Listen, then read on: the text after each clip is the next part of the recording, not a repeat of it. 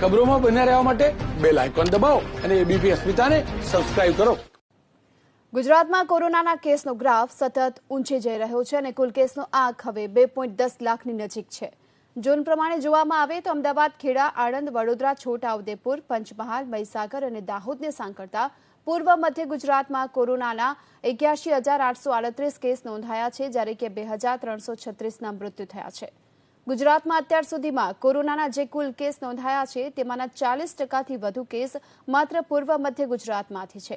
મૃત્યુદર સૌરાષ્ટ્રમાં સૌથી ઓછો 0.83% અને પૂર્વ મધ્ય ગુજરાતમાં સૌથી વધુ 2.85% છે।